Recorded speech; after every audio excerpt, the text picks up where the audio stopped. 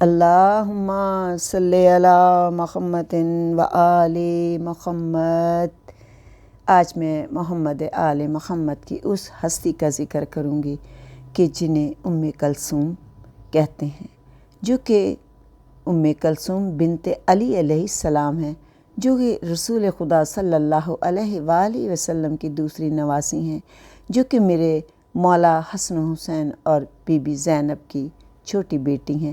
اور آپ جیسے کہ جانتے ہیں کہ گھر کا چھوٹا بچہ سب کا لاڈلا ہوتا ہے۔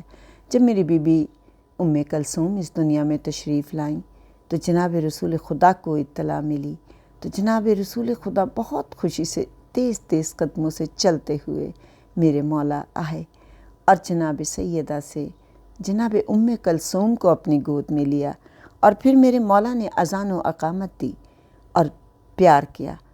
تو جناب سیدہ نے کہا، بابا آج مجھے آپ بہت خوش دکھائی دے رہے ہیں۔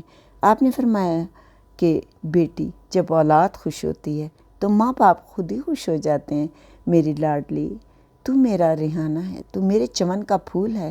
ریحانہ پھول کو ہی کہتے ہیں، خوشبودار پھول کو کہتے ہیں، اور تو جانتی ہے کہ یہ تیرے چمن کا پھول ہے، اور ماں باپ کے لیے بڑی باعث خوشی ہے۔ اور یہ میری بیٹی تو شریکت الزینب آئی ہے، تو یہ دیکھ کہ یہ ثانی زینب بنے گی، یہ ہر جگہ اپنی بہن کا ساتھ دے گی۔ یہ مشن حسین جو کربلا میں ہوگا، اس میں یہ حسین کی اور زینب کی ساتھی ہوگی۔ یہ میری بیوی وہ ہیں کہ جو 5 یعنی کہ آپ جانتے ہیں کہ پنجتن رسول خدا، مولا علی، بی بی فاطمہ، حسن و حسین، اور اس کے ساتھ میں یہ کہتی ہوں کہ جناب زینب کی ساتھ ساتھ رہیں۔ آپ نے سب کی شفقت پائی۔ گھر کا چھوٹا بچہ تو سب کا ہی پیارا ہوتا ہے۔ جناب ام کلثوم بھی سب کی پیاری تھی۔ آپ کے جھولے کی ڈوری تو کبھی رسول اللہ صلی اللہ علیہ وآلہ وسلم نے ہلائی، تو کبھی مولا علی نے، تو کبھی بی بی فاطمہ نے، کبھی حسنین نے، تو کبھی زینب نے۔ ہر ایک اپنی اپنی زبان میں لوریاں سناتے تھے۔ اور یہ وہ میری بیوی ہے کہ جس کا بچپن بھی ایسا ہے کہ اس کی ہر بات کو خداوند کریم سنتا ہے۔ اور اس کا ایک واقعہ میں یہ بیان کرتی ہوں کہ ایک دن جناب ام کلثوم دیکھتی ہیں کہ ماں کچھ کھانا پکا رہی ہیں۔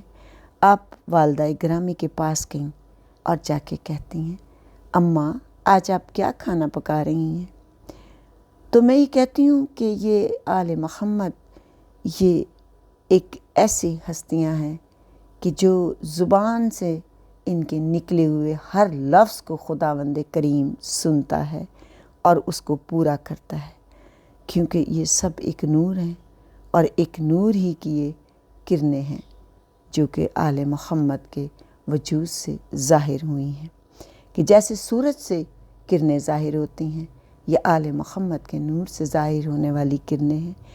جناب ام کلثوم نے ایسے گھرانے میں آنکھ کھولی تھی جہاں علم، طہارت، عصمت اور شجاعت ہر طرف سے ملتا تھا۔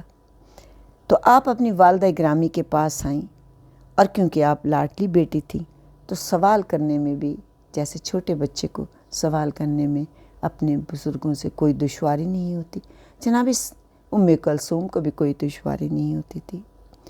والدہ گرامی نے کہا، بیٹا میں بس کھانا تیار کر رہی ہوں، آٹا گوندھ کے رکھا ہے اور ابھی روٹیاں پکاتی ہوں۔ تو کہتی ہیں، اماں جان آج آپ نے کیا سالن بنایا ہے؟ تو جناب فاطمہ نے کہا کہ بیٹی نمک اور پانی ہے۔ آپ جانتی ہیں یہی ہمارے گھر میں ہے جس سے ہم لوگ روزہ افطار کرتے ہیں۔ تو میری بیوی ام کلثوم نے ماں کے چہرے کو دیکھا، ماں کے نزدیک آئیں اور اپنے ننھے ننھے ہاتھوں سے ماں کا چہرہ بلند کر کے کہا، اماں جان مجھے تو ایسا لگتا ہے کہ آج ہرن کے گوشت کی خوشبو مجھے محسوس ہو رہی ہے۔ جناب سیدہ نے سر جھکا لیا اور کہا کہ بیٹا یہ میں نمک پانی میں گھول رہی ہوں، اس سے ہی ہم کھانا کھائیں گے۔ کہا، اماں جان مجھے تو ہرن کے گوشت کی خوشبو آ رہی ہے۔ جناب سیدہ نے کہا، اچھا بیٹی ابھی بابا آتے ہیں، کھانا لگتا ہے، پھر ہم کھانا کھاتے ہیں۔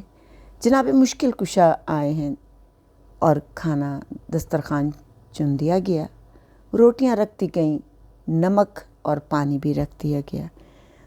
ابھی دسترخوان سے روٹی تقسیم نہیں ہوئی تھی کہ دروازے پہ دستک ہوئی۔ جیسے دستک ہوئی جناب فضہ دروازے پر گئیں۔ آپ نے دیکھا کہ ایک بزرگ سر جھکا کر کھڑے ہیں، ہاتھوں میں آپ کے تشت ہے جس پر سبز رنگ کا دسترخوان ہے۔ یہ دسترخوان دیکھا جناب سیدہ کہ گھر پہ لانے والی ہستی بھی کوئی بزرگ ہی ہے نا، کیونکہ اس دروازے پہ تو فرشتے ہی آتے ہیں۔ تو گوشت کی خوشبو اس طرح دسترخوان سے باہر آ رہی تھی۔ جناب فضہ نے ان بزرگ کو سلام کرنے کے بعد کہا کہ جن کے ہاتھوں پہ تشت تھا جس پر سبز دسترخوان تھا، کہ یہ دسترخوان کہاں سے آیا ہے اور کس نے بھیجا ہے؟ آپ نے سوچا شاید کوئی مدینے والے نے کھانا بھیجا ہے۔ تو اس بزرگ نے سر جھکاتے ہوئے کہا، یہ دسترخوان سب سے چھوٹی صاحبزادی کے لیے ہے اور یہ میں لے کر آیا ہوں، اس ہستی نے بھیجا ہے کہ جسے خداوند کریم کہتے ہیں۔ اللہم صلی علی محمد و آل محمد۔ جناب فضہ نے شکریہ ادا کیا اور وہ دسترخوان لے کر، وہ تشت لے کر آپ اس جگہ آئیں جہاں پہ جناب مشکل کشا بی بی فاطمہ اور حسنین اور بی بی زینب بیٹھے تھے۔ آپ نے لا کر اس دسترخوان پر وہ تشت رکھ دیا۔ جب مولا علی کو کہا کہ آپ اس دسترخوان کو ہٹائیں اور دیکھیں، تو جب وہ تشت لا کے رکھا ہے تو ہرن کے گوشت کی خوشبو پھیل رہی تھی۔ مولا علی نے دسترخوان ہٹایا تو ہرن کا گوشت تھا جو بہت شاندار طریقے سے پکایا گیا تھا اور اس کی خوشبو صحن میں پھیل گئی۔ میری بیوی جب بھی کوئی اچھا کھانا پکاتی تھیں تو سب سے پہلے اپنے پاپا کو بلاتی تھیں۔ آپ نے جناب فضہ سے کہا کہ فضہ جاؤ میرے بابا کو بلا کر لاؤ۔ جناب رسول اکرم تشریف لائے اور آپ بیٹھے۔ آپ نے اس ہرن کے گوشت کو دیکھا اور دیکھ کے فرمایا، علی اور فاطمہ، تم جانتے ہو کہ یہ گوشت لانے والے کون تھے؟ تو آپ دونوں نے مسکرا کے کہا، آپ سے زیادہ ہم علم نہیں رکھتے، آپ سے زیادہ ہم غیب نہیں رکھتے، آپ جانتے ہوں گے کہ یہ کون ہے۔ اس لیے کہ بس فضہ کو تو اس بزرگ نے یہی بتایا ہے اور فضہ یہی کہہ رہی تھی کہ بہت عظیم، یعنی کہ بہت عظیم بزرگ لگ رہے تھے، ان کے چہرے سے ظاہر تھا، لیکن انہوں نے آنکھ اٹھا کر بھی مجھے نہیں دیکھا اور بس صرف یہ کہا کہ خداوند کریم نے یہ آج سب سے چھوٹی بیٹی کے لیے، سب سے چھوٹے فرد کے لیے یہ ہرن کا گوشت بھیجا ہے۔ تو رسول اکرم نے مسکرا کے مولا علی کی طرف دیکھا اور پھر جناب فاطمہ کی طرف دیکھ کے فرمایا کہ تم جانتے ہو کہ آج خداوند کریم نے کلثوم کے دل کی خواہش کو پورا کیا ہے، اور یہ جو کھانا لانے والے تھے یہ حضرت خضر علیہ السلام تھے، جنہیں خداوند کریم نے کہا کہ تم کھانا دے کر آؤ، کیونکہ آج میری پیاری ہستی محمد و آل محمد کی پیاری ہستی نے ہرن کے گوشت کی خواہش کی ہے۔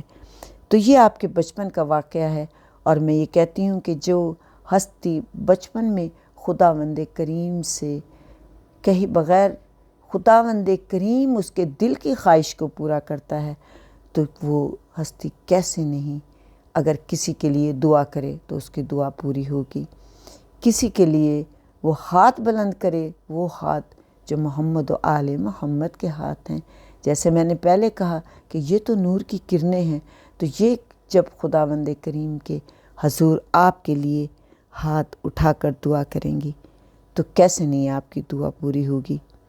جب جناب سیدہ نماز کے لیے رات کو اٹھتی تھی تو جناب کلثوم ماں کے ساتھ ساتھ اٹھ جاتی تھیں اور نماز پڑھتی تھیں۔ نماز سیدہ نے، آپ جانتے ہیں کہ ایسی نماز ہوتی تھی کہ جو کہ خداوند کریم کی کنیز خاص کہلائیں اس نماز کی بدولت۔ تو جناب سیدہ کے ساتھ جب آ کے کلثوم بیٹھتی تھیں تو آپ بار بار سینے سے لگاتی تھیں، بار بار سیدہ اپنی لاڈلی کا ماتھا چومتی تھیں، چادر ٹھیک کرتی تھیں اور کہا کرتی تھیں خداوند کریم میری اس بیٹی کی عبادت کو قبول کر، اس کی زبان کے ہر لفظ کو قبول کر، جو یہ تیری بارگاہ میں پڑھ رہی ہے اس کو قبول کر لے۔ ایک دن جناب کلثوم کے سر سے چادر گری تو کہا اماں جان میں نماز میں تھی، میرا سر کھل گیا، تو خداوند کریم کہیں ناراض تو نہیں ہوگا؟ جناب سیدہ رونے لگیں اور آپ نے کہا کلثوم تم پریشان نہ ہو، لیکن آپ کی آنکھوں کے آنسو دیکھ کے جناب کلثوم بہت پریشان تھی۔ کہا اماں نہ روئیں، میرا خدا بے نیاز ہے، وہ کریم ہے، وہ جانتا ہے کہ میں نے چادر خود سے نہیں اتاری، یہ خود بخود سرک گئی ہے میرے سر سے۔ تو جناب سیدہ رونے لگیں اور جناب کلثوم کے سر کے اوپر بوسہ دے کے کہا ہاں کلثوم میں اس وقت کو یاد نہیں کر رہی، کیونکہ یہ تو نادانستگی میں ہوا ہے، میں اس وقت کو یاد کر رہی ہوں کہ جب تمہارے سروں سے چادریں چھین لی جائیں گی، تمہارے اوپر قیامت کا وقت ہوگا، تم بار بار اس ہجوم میں ایک ہی التجا کر رہی ہوں گی، تم بھوکی بھی ہوں گی، تم پیاسی بھی ہوں گی، تمہارے اوپر پتھروں کی بارش بھی ہوگی، لیکن تم اس وقت اس ہجوم میں صرف ایک چادر مانگ رہی ہوں گی، اور بابا کی امت تمہیں چادر نہیں دے گی۔ میں بس اس وقت کو یاد کر کے رو رہی ہوں، اور وہ میری بی بی کلثوم جو کہ 28 رجب کو اپنے بھائی حسین کے ساتھ مدینے سے باہر آئی، قدم قدم پہ بھائی کے ساتھ رہی، بہن کے ساتھ رہی، جیسے سب پیاسے تھے ایسے کلثوم پیاسی تھی، جیسے بھائی کی پیاس کو محسوس زینب کرتی تھی ایسے ہی بھائی کی پیاس کو کلثوم کرتی تھی، کیونکہ ماں تو ہمیشہ ان دونوں بیٹیوں کو سینے سے لگا کے بیٹھتی تھی اور حسین کے مصائب بیان کرتی تھی، تو کلثوم ساتھ تھی بہن کے، اور وہی کلثوم نے جس وقت بھائی کے اوپر ظلم ہو رہے تھے سارا دن دیکھتی رہی، کبھی بھائی اپنے اصحاب کا لاشا لا رہا ہے، کلثوم دیکھتی رہی، کبھی بھائی جناب قاسم کی لاش کو گٹھڑی میں لا رہا ہے، کلثوم دیکھتی رہی،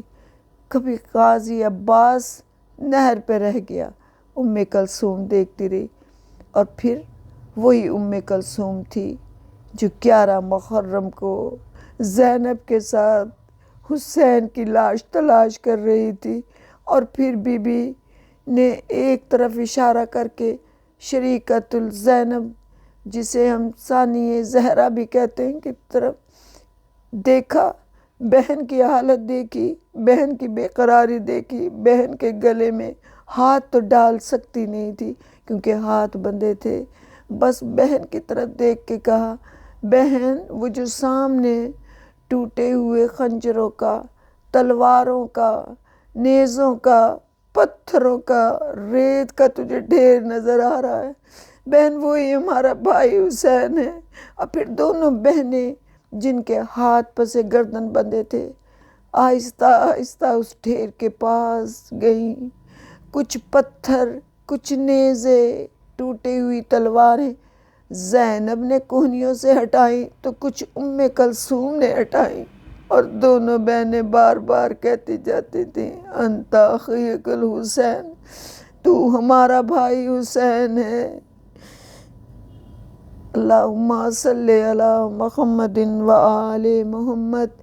بہرحال ذکر کے صدقے سے میرے مولا ہمارے گناہ کبیرہ و صغیرہ کو معاف کر دے، اے میرے مولا اس ذکر کے صدقے سے جو بے اولاد ہیں ان کو اولاد عطا کر، اے میرے مولا جو بے روزگار ہیں ان کو روزگار عطا کر، اے میرے مولا جو مقروض ہیں ان کے قرض ادا کر، اے میرے مولا ہر پریشان حال کی پریشانیاں دور کر دے، اے میرے مولا جو مومن اور مومنات اس دنیا سے چلے گئے ہیں ان کو بخش دے، ان کی قبروں کو نور محمدی سے منور کر دے، اے میرے مولا ہمیں ایسا مسلمان بنا، ایسا مومن بنا دے کہ جیسا کہ تو چاہتا ہے، اے میرے مولا وقت آخر ہماری زبان پہ کلمہ شہادت ہو، ہماری قبر میں پنجتن پاک آئیں۔